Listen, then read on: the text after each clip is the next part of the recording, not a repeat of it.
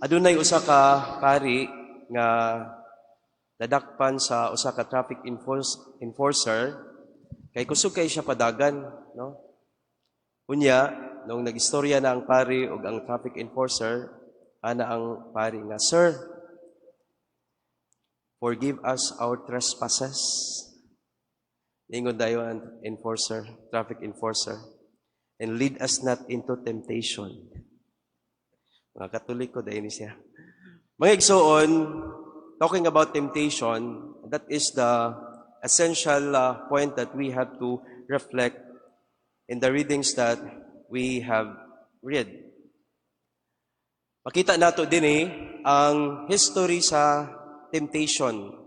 O dili lang di ay nga karon nag-exist ang temptation, but it has been already existing, no? Even before. Naana na ang temptation. Gani, dinhi sa tuang unang pagbasa, sa basahon ni Genesis, makita nato dinhi nga ang Ginoo, no, nagbuhat og kalibutan, nagbuhat og Eden, buhat pud siya tao, nya nagtanom siya dito tree of life, no? Tawag og tree of life, wala man giingon dinhi nga mansanas to siya o unsa. Sa Europe, siguro matawag nila mansanas tungod kay common kayo ang mansanas nga kahoy, no? Isag asa makakita ka, no? Siguro kung dinhan na sa Pilipinas, ang equivalent ana nga kahoy, siguro kaning kahoy sa bayabas. Bisag asa na to makita. Anyway, dito gibutang ang kahoy, no? The tree of life. Unya naapod ang pinakaabtik nga hayop nga gibuhat sa Ginoo o ang halas or ang bitin, no? Unya dito nagistorya yung bitin og si Eva, no? Nga dili pakaon ang kana nga kahoy, no? Pero giingnan sa bitin si Eva nga dili na tinuod, no? Kumukaon ka niining kahuya, bunga ning kahuya, no? Ma-bright ka, no? Og ma-open ang imuhang mga mata, no? So mo to natintal ang babae, no? Si Eva, kaon siya, unya gi-share pud niya sa iyahang kauban nga si Adan. So naanay temptation nga nahitabo, no, sa creation story. So dili natin ikatingala karon nga naay mga tentasyon nga atong na-experience because it has been already existing even before, no, the human experience. And we have also heard our gospel for today, no? Nakita nato nga si Jesus dito sa Kamingawan, gitintal po siya sa yawa, no? Gitintal siya sa manimintal. So gani, ang anak sa Ginoo, gitintal, labaw na siguro ta, nga dili ta Ginoo, no? Daghan pa kita mga tentasyon nga ato ang ma-experience, no? Subot pa sabot, ang temptation, it's already packaged, no? Sa ato ang kinabuhi. Na-apil na siya. Ngano kahaning gi-apil sa Ginoo ang temptation, no? Gi-apil niya tungod kay giatagan pud ta og usa ka nindot nga gasa, mao ang gasa sa kagawasan, no? The gift of freedom. Kung wala tay freedom, no, magsunod-sunod lang ta. No, dili na ta maghuna-huna, dili na ta maghuna-huna, dili na ta moabot sa dilema, no, kung unsa atong pilion. But we have the freedom, that's why temptation exists in front of us, no? Og ang mga temptasyon nga atong masinati diha sa matag adlaw nato nga pagpuyo, naapod ni sila yung mga purpose, no? Wala ni gibuhat si Ginoo nga walay purpose, na ay purpose kini. Una, pinaagi sa atong mga temptasyon nga atong masinati diha sa adlaw-adlaw nato nga panginabuhi, ma-discover nato ang ato ang mga weaknesses, no? Ma-discover nato ang ato ang mga weaknesses. Ikaduha, no? makita na to o mangita gyud ta og Ginoo tungod kay ang tao dali ra gud siya matintal, no?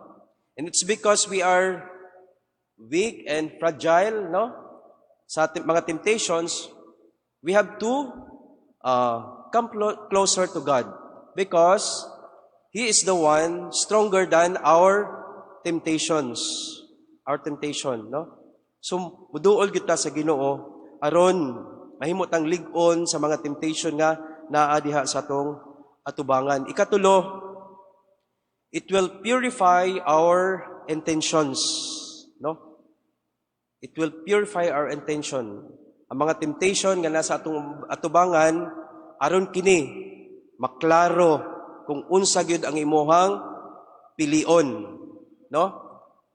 Dali ra kay pagpili kung unsay maayo, unsay daotan. Pero usahay lisod pilion kung puro maayo. Puro maayo, no? Pareha sa bukasyon sa pagkapari o bukasyon sa marriage, no? They are both good, no? They are both good. That's why we experience a lot of temptation in order for us to purify our dreams, purify our deepest desire nga naa sa tuang kasing-kasing. Asa man musulod ang temptation diha sa itong kinabuhi. Sa akong unang punto ganina, no? Diha musulod ang ato ang temptation sa pinaka-weakest part of our life. Kung asa to, ang weakness nato, dito po na gasunod-sunod ang ato ang mga temptations, no? Kung ang imong weakness kay gwapo or gwapa, no? Sunod-sunuran pud ka og gwapo og gwapa, no? Kung ang imong weakness kwarta, no? Muduol puno sa imuha, no? Usahay mo kag treasurer, mo kag inahin taga hawak ng kuan, kwarta, no? So magsunod-sunod na siya because it's where your weaknesses, no? Naa didto ang imuhang pinaka-weakness part sa imuhang pagkatao.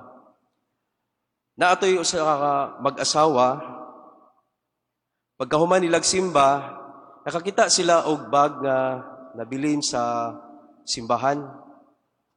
Unya, niingon to ang asawa nga, iuli ni, kinsa may tag-iya aning baga, no? Yan, niingon po tong bana nga, unya ra na iuli, ato sa nang i-pray over, no?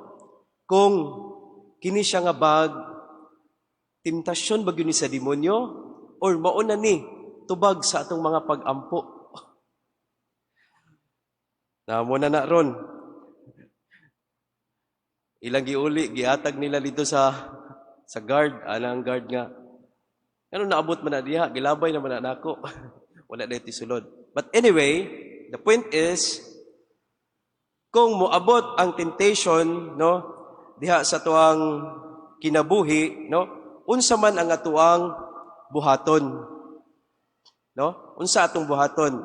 Ang atong gospel karon mo ni ang pinakanindot nga example kung unsaon pag confront ang temptations, no? Dinhi gipakita ni Jesus nga sa dihang naa na siya atubangan sa tentasyon, no? Maninintal, nagampo siya, no? He prayed to God. He prayed, no? 40 siya ka adlaw, og kapatan kagabi eh. So 40 days and 40 nights siya nagampo. So mao kini kita nga dili ta Ginoo, no?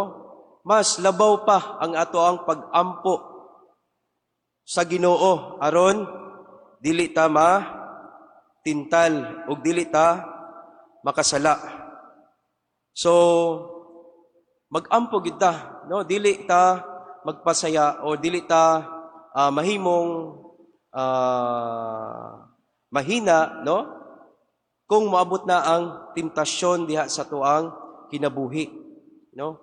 Umiingon ta nga naa na ng temptasyon diha, duol na kayo, no? Dili na to hulaton nga mahulog ka diha sa temptasyon, no?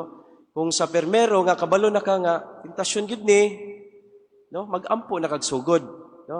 Ug hinahinaya nimo og likay, no? So, mo ni mga igsoon dinhi sa atong gospel karon naitulo ka tentasyon nga na-experience sa ato ang Ginoo, no? Ang pagbuhat sa bato ngadto sa pan, no? Ang pag-ambak niya ngadto sa templo og ang pagsimba sa yawa, no? Pagsimba sa yawa. So, at this time, Jesus was really hungry, no? Kung gutom ta, diha gyud, no? Musulod ang mga temptations. Tistinga ra gud yung grocery nga wa mo'y paniudto. Diba ka na inyong gidala-dala nga kwarta 5,000 or 10,000? Timuon ra gyud na, ano? Kay bisag unsa na lang imuhang pamaliton. Tintal na kato mga bisag dili kinahanglan sa imong kusina, imuha nang paliton, no? Hilabi na kung uhaw ka sa appreciation, no? Labi to ang tao nga naagi ka nang uhaw sa appreciation, no? Kung imo siya gi-appreciate, pagbukal-bukal na dayang kasing-kasing, no?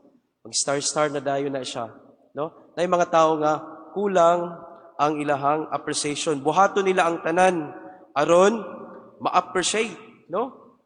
Kining tentasyon ni Kristo nga i-transform ang bato ngadto sa pan. Kung kulang ka og temptation, kulang ka og kanang appreciation, no? Buhaton gyud nimo ni aron ma-appreciate long gyud ka, no? Kung ingnon nga moamba ka ning building aron ma-appreciate ka, mo trending ka, no? Buhaton gyud nimo kay kulang man ka og appreciation, no?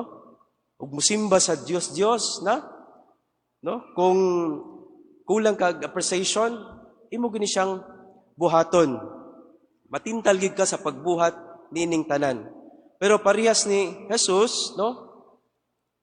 Wala siya nagkulang sa appreciation because he was loved by the Father. Mao nga mga igsoon, dili gid nato, no? Hikalimtan ang pag-ampo. Kay pinaagi sa pag-ampo, diha gyud ta malig-on. Diha makita nato ang unsay maayo ug unsay dautan. So mga igsoon, nining pagsaulog ning Santos nga Misa ug unang Domingo sa Kwaresma, no? Hinahinay tagsulod sa pagpamalandong, hinahinay tagsulod sa time for reflection and prayer. So mga igsoon, ipalalom nato ang atoang prayer life, no? Aron malayo ta sa mga temptation nga naa sa atoang kinabuhi. Amen.